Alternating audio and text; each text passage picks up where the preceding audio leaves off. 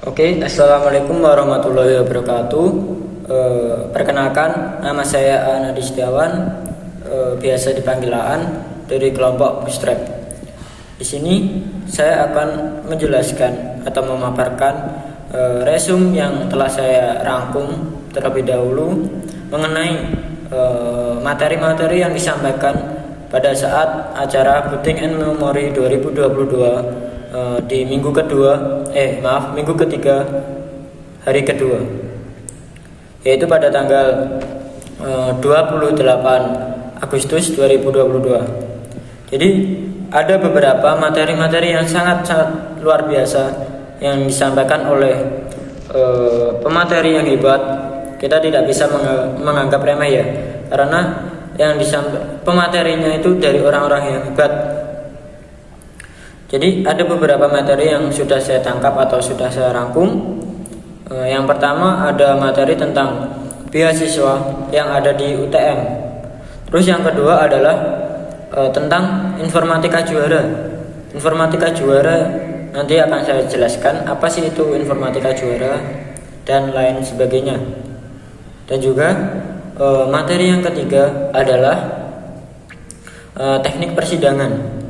Jadi sangat-sangat banyak sekali ya teman-teman tentang materi-materi yang disampaikan oleh para pemateri pada saat acara Building and Memory 2022. Banyak sekali. Oke, saya akan menjelaskan satu persatu dari materi tersebut. Entah nanti banyak kekeliruannya atau banyak salah kata dalam penyampaian saya, mohon dimanfaatkan karena saya sendiri sedang belajar untuk menyampaikan apa yang sudah saya rangkum. Oke, yang pertama mengenai beasiswa. Di UTM sendiri ada beberapa beasiswa yang tersedia atau sudah ada ikatan beasiswa antara suatu instansi dengan kampus. Ada dua, waktu itu dijelaskan ada dua pemateri dari masing-masing instansi ya. Yang pertama ada di instansi Bank Indonesia. Oke, saya akan menjelaskan dulu apa sih itu beasiswa. Beasiswa adalah suatu bantuan yang berasal dari pemerintah atau suatu instansi atau suatu perorangan yang di situ bertujuan untuk membantu atau membiayai mahasiswa atau para pelajar yang di situ kekurangan biaya atau di situ emang dia berprestasi. Jadi itu tadi adalah arti dari beasiswa. Kemudian ada beasiswa dari pemerintah, yaitu yang diantaranya adalah PPA atau prestasi peningkatan akademik, dan juga PBM bantuan belajar mahasiswa, dan juga ada KIPK Kartu Indonesia Pintar Kuliah.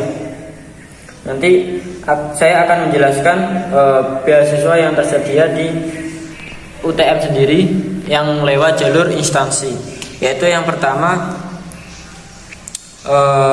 beasiswa Bank Indonesia. Beasiswa Bank Indonesia adalah beasiswa yang dikeluarkan oleh Bank Indonesia yang ditunjukkan untuk yang ditunjukkan untuk para mahasiswa dari D3, D4, S1 dan vokasi yang berasal dari PTN atau perguruan tinggi negeri. Jadi Bank Indonesia tidak menerima mahasiswa yang ingin mendaftar di beasiswa Bank Indonesia lewat kampus swasta. Jadi Bank Indonesia hanya untuk saat ini hanya terfokus pada PTN saja atau perguruan tinggi negeri. Di Bank Indonesia sendiri ada skemanya, yaitu skema reguler, skema unggulan, skema vokasi, D4, D3. Jadi itu adalah contoh-contoh skema yang ada di Bank Indonesia, beasiswa Bank Indonesia. Dan di UTM sendiri hanya tersedia skema beasiswa lewat jalur reguler. Jadi untuk jalur unggulan vokasi belum ada, apalagi jalur unggulan ini belum ada, karena jalur unggulan ini diseleksi lagi dari beberapa PTN, diambil PTN yang di situ emang udah unggul, udah istilahnya top 10. Jadi di UTM sendiri atau Universitas Sriwijaya sendiri belum ada lewat jalur unggulan.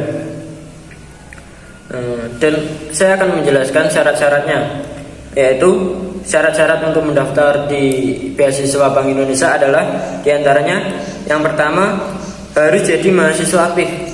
Jadi kita ini adalah mahasiswa aktif, jadi harus benar-benar dilampirkan bukti bahwa kita adalah mahasiswa aktif, yaitu dengan apa?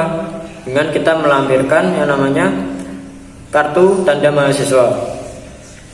Terus yang kedua adalah semester 3. Jadi untuk semester 1, semester 2 ini belum boleh untuk mendaftar. Terus yang ketiga ada berhak menerima beasiswa selama 4 semester. Terus yang keempat, maksimal usia 23 tahun. Jadi kalau kita umur kita lebih dari 23 tahun, maka kita tidak boleh mendaftar. Terus yang kelima adalah tidak sedang mendapat beasiswa lain. Jadi maaf untuk penerima KIPK atau beasiswa lainnya lah, itu tidak berhak mendaftar di beasiswa Bank Indonesia. Oke, yang keenam adalah memiliki pengalaman sosial. Jadi memiliki pengalaman sosial ini akan mendapat nilai plus. Yang ketujuh, bersedia berperan aktif. Terus saya akan menjelaskan tentang Genbi. Genbi adalah suatu komunitas yang dihimpun atau himpunan dari para penerima beasiswa dari Bank Indonesia. Ada beberapa divisi di Genbi, yaitu divisi pendidikan, divisi humas, divisi lingkungan hidup, divisi kesehatan masyarakat, dan divisi kewirausahaan, dan divisi PSDM. Oke. Untuk beasiswa yang kedua adalah beasiswa Jarum. Benefit yang kita dapatkan ketika kita sudah berhasil accepted in the beasiswa Jarum adalah kita akan mendapat bantuan biaya pendidikan selama 1 tahun, dan per bulannya itu mendapat 1 juta. Terus kita akan mendapatkan soft skill juga dan network opportunity. Kriteria apa sih yang menjadi nilai dalam kita mengapply suatu beasiswa atau beasiswa Jarum, yaitu dari akademi rekor atau rekor dari akademi kita. Mungkin bisa dilihat dari nilai IPK dan lain-lain. Terus yang kedua adalah organization involvement atau organisasi kita. Seleksinya tidak jauh berbeda dengan beasiswa Bank Indonesia, yaitu registrasi online, paper selection, online writing dan interview, dan accepted. Terus materi yang kedua adalah informatika juara. Dibawakan oleh beberapa materi, yaitu Kak Endra sebagai Departemen Pendidikan, Kak Huda sebagai CEO dari GDSC, dan Kak Galih dari winner of development di Rusia. Gerakan Informatika Juara adalah program yang bertujuan untuk menampung mahasiswa yang ingin berlomba, juga sebagai media informasi mengenai lomba yang ingin kita ikuti. Terus Kak Huda juga memberikan beberapa tips agar kita bisa lebih aktif ikut lomba atau bisa menjuarai suatu perlombaan. Yaitu yang pertama, cari teman atau tempat di mana kamu bisa belajar bareng. Terus yang kedua, jangan membatasi diri untuk belajar sesuatu. Dan yang ketiga, stay hungry, stay foolish. Terus saya akan membagikan materi yang ketiga tentang persidangan. Yaitu sidang adalah pertemuan formal organisasi guna membahas masalah tertentu dalam upaya untuk menghasilkan keputusan yang dijadikan sebagai sebuah ketetapan, yaitu ada jenis-jenis sidang.